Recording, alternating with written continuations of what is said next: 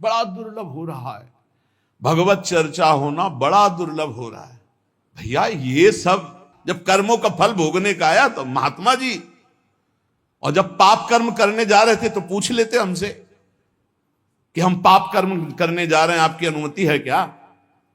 तब नहीं, तब किसी ना भगवान की याद की, न गुरु की याद की, मनमानी आचरण किए। तो अब भोग आया है, अब भोग लो, उसको भोगना पड़ेगा, वो यहीं मिलेगा तुम्हें।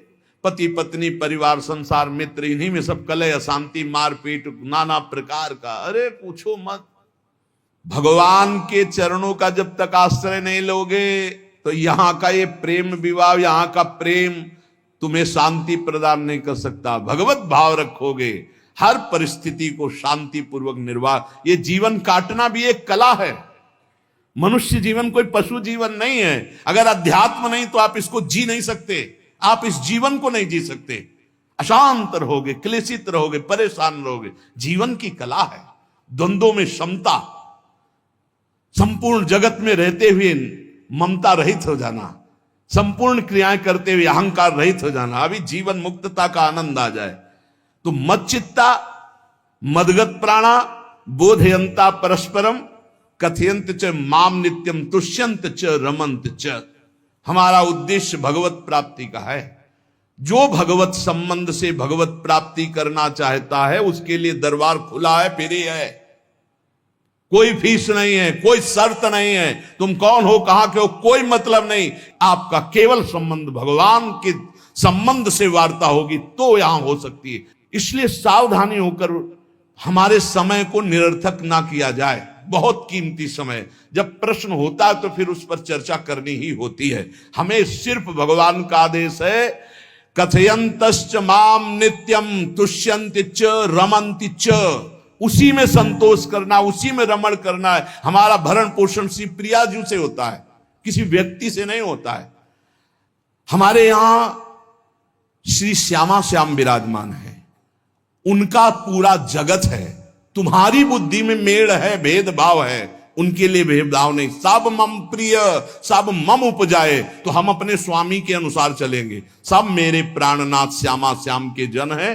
कोई भी हो, इतना ना छोटा ना इतना बड़ा, ना इतना प्रिय ना इतना अप्रिय, सब बराबर है। एक तरफ चाहे गुणात्मा, गुण से युक्त महात्मा, और एक चाहे दुरात्मा, दुर्गुणों से युक्त, दोनों को ऐसे दुलार करके श्री जी की तरफ बढ़ाने वाला मार्ग, ये मार्ग यहाँ का है। कथयंत माम नित्यम तुष्यंत च रमंत च तेषाम सतत युक्ता नाम भजताम प्रीति पूर्वकम।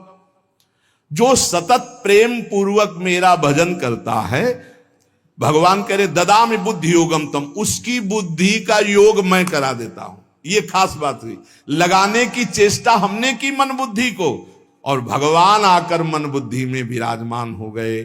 तेषामेवानुकंपार्थ महमज्ञानजम तमहा नासयात्म्यात्म भावस्थो ज्ञान दीपेन भास्वता। भगवान कृपा करके उसके हृदय में ज्ञान प्रकाशित कर दिया। जब कोई सतत भजन करता है, प्राण प्रभु को समर्पित कर देता है, चित्त प्रभु में लगाए हुए प्रभु की चर्चा, भगवान उसके अंदर ज्ञान प्रकाशित कर देते, तो वो अनात्म भाव जो देह भाव था उसका नाश हुआ और वो भगवत भाव में स्थित हो जाता है। भगवान कह रहे हैं मत चित्तः सर्वदुर्गाणि मत प्रसादात् तरिष्यसि। जब कोई मेरे में चित्त लगाता है तो मेरी कृपा से सारे दुर्गुणों का नाश हो जाता है। महात्मा तो भगवान बनाते हैं। करो सत्य ते साधु समाना, मैं उसे साधु बनाऊं। हमारा कर्तव्य, हमारा चित्त प्रभु में लग जाए। मेरा चिंतन करो, भगवान का आदेश है। बस खास बात है चिंतन। हमारी प्रारंभ से विशेष श्रद्धा इसी बात में रही गुरु शब्द पे, कि रात दिन कोई भी चेतना युक्त क्षण ऐसा ना जाए जिसमें भगवत विमुख होता हो। बस इसी बात की साधना जीवन भर रही। प्रारंभ में गुरुदेव ने कह दिया, जब तक चेतना है तुम्हारे में तो तुम्हारा जागृत अवस्था का चेतना युक्त एक भी क्षण व्यर्थ नहीं जाना चाहे। तो गुरु कृपा से यही प्रयास रहा है कि हमारा एक भी मिनट भगवान से विमुख न जाए। पूर्व में ऐसी स्वभाव वृत्ति बनाई थी कि लोगों को ये शंका होती थी कि ये बोल पाते हैं कि नहीं बोल पाते हैं, अर्थात इनके वाणी है कि नहीं है? मूक, मौन, जटाओं का बोझा, एक वस्त्र, बस शांत। बुलाया गया, घंटा बजा तो पहुंच गए, प्रसाद लिए, उसमें एकांत, हर समय मंत्राग। कथा में बैठे हैं, अनुकूल वचन आया तो सुन लिया, नहीं पूरा का पूरा सत्संग ऐसे ही चला गया। और हमारा मंत्र चल रहा है, एक क्षण भी मंत्र से बिलग नहीं। हमारा कर्तव्य है केवल चिंतन। चिंतन करोगे तो अभी मुक्त हो, अभी, परिणाम में नहीं, अभी। हम राधा बोल रहे हैं, अभी प्राण निकले, अभी श्री जी के पास पहुंच जाएंगे। भगवान की कृपा का बल और साधन का तुम्हारा पूरा प्रयास, प्रयत्न, ध्यान रखो, दो से सिद्धि प्राप्त होती है। भगवान की कृपा का बल और आपकी पूरी साधना का प्रयास, प्रयत्न, कायरता नहीं। भगवान की कृपा का बल और तुम्हारा पूरा प्रयास, पूरा प्रयत्न। देखो, भगवान की दर्शन वृत्ति हृदय में जागृत हुई ध्रुव जी के पद को लेकर, कामना को लेकर। मैं भगवान का साक्षात्कार करूंगा, उनसे वरदान मांगूंगा कि मुझे सबसे श्रेष्ठ पदवी की प्राप्ति हो। चले, भगवान नारद जी मिले। पहला प्रलोभन, चलो अभी तुम्हें इस सम्राट पद पर, नकार दिया। फिर भय, सांप हैं, बीछी हैं, जंगल के बड़े, और फिर यक्ष राक्षस, न जाने कौन कौन है। तुम अभी बालक हो, तुम्हें खा जाएंगे, तुम क्या तपस्या करोगे, क्या भजन? नहीं, इससे भी नहीं टिके। कुछ भी हो, कदम वापस नहीं जाएंगे, अब तो हरि की प्राप्ति। तो गुरु मंत्र दे दिया।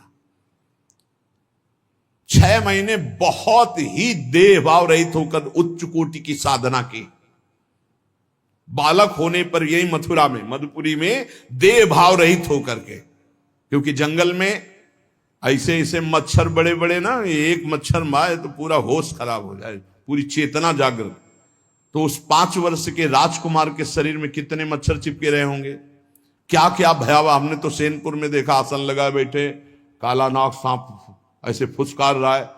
पूरा दृढ़ निश्चय है कि अगर ये काटने का समय है तो काट लेगा, नहीं काटना तो बिल्कुल नहीं काटेगा, बैठे रहो।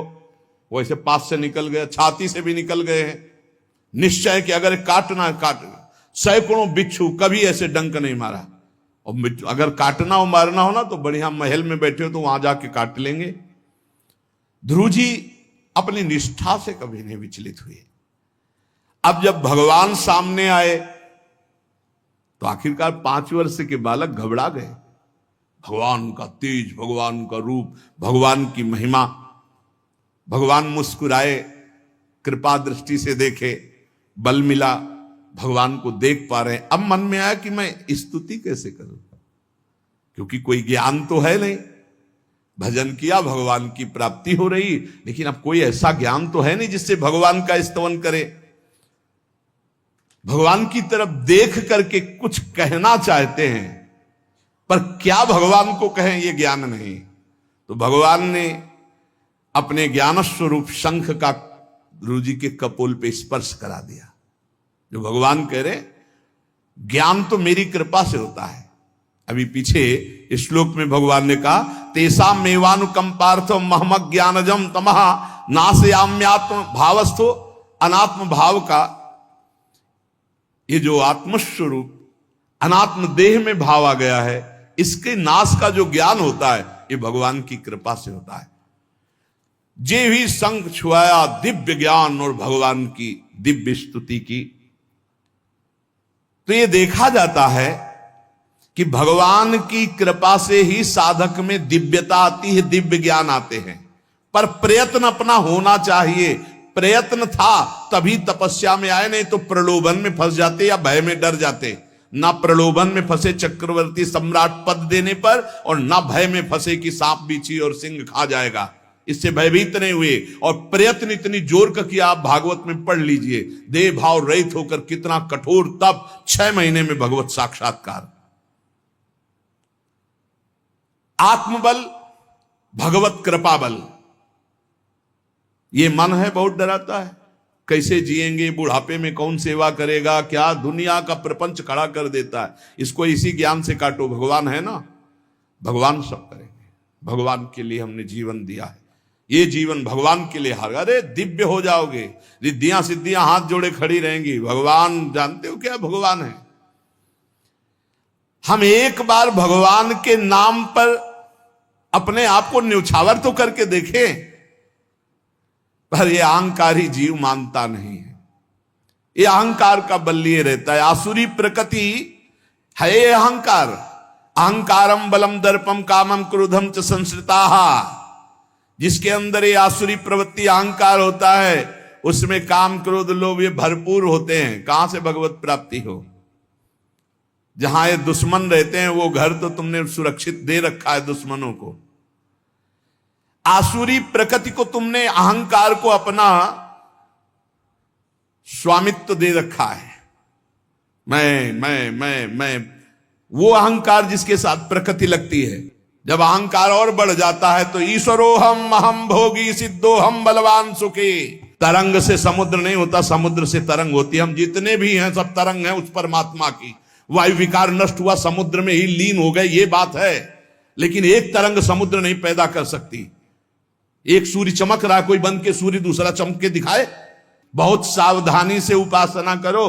ये अहंकार भगवान कह रहे हैं, भगवान ये जो अहंकारम बलम दर्पम कामम क्रोधम च संश्रिताः, इस अहंकार को नहीं मिटाया तो ये अनुभव कराने लगता है और चार बोलने लगते हैं कि आप तो भगवान हैं। तो धर्म सम्राट करपात्री जी इतने सिद्ध महापुरुष और विश्वेश्वर विश्वनाथ जी की स्थापना करके रात दिन आराधना, काशी में बड़े बड़े सिद्ध महापुरुष भगवान शिव की आराधना करते, बड़े बड़े सिद्ध महापुरुष भगवती अम्बा की आराधना करते। ये कौन सा ज्ञान प्रकट हो जाता है जो भगवत स्वरूपों का अपमान होने लगता है। मुझे यही समझ में नहीं आता। गुरु रूप से हमें शास्त्र के आचरण देने आए, मनमानी भ्रष्टाचार सिखाने नहीं आए। आज तक कभी कहीं भी भगवत स्वरूपों का अपमान महापुरुषों द्वारा नहीं हुआ। महापुरुष और भगवान में अंतर नहीं, पक्का मुझे विश्वास। हम तो चराचर जगत को भगवत स्वरूप मानते हैं, लेकिन आचरण कराने के लिए आचार्य गुरुदेव जैसे चले हैं वैसे ही चलना होता है। सदैव संतों ने अपने को अधम और तुच्छ और नीच कहा है।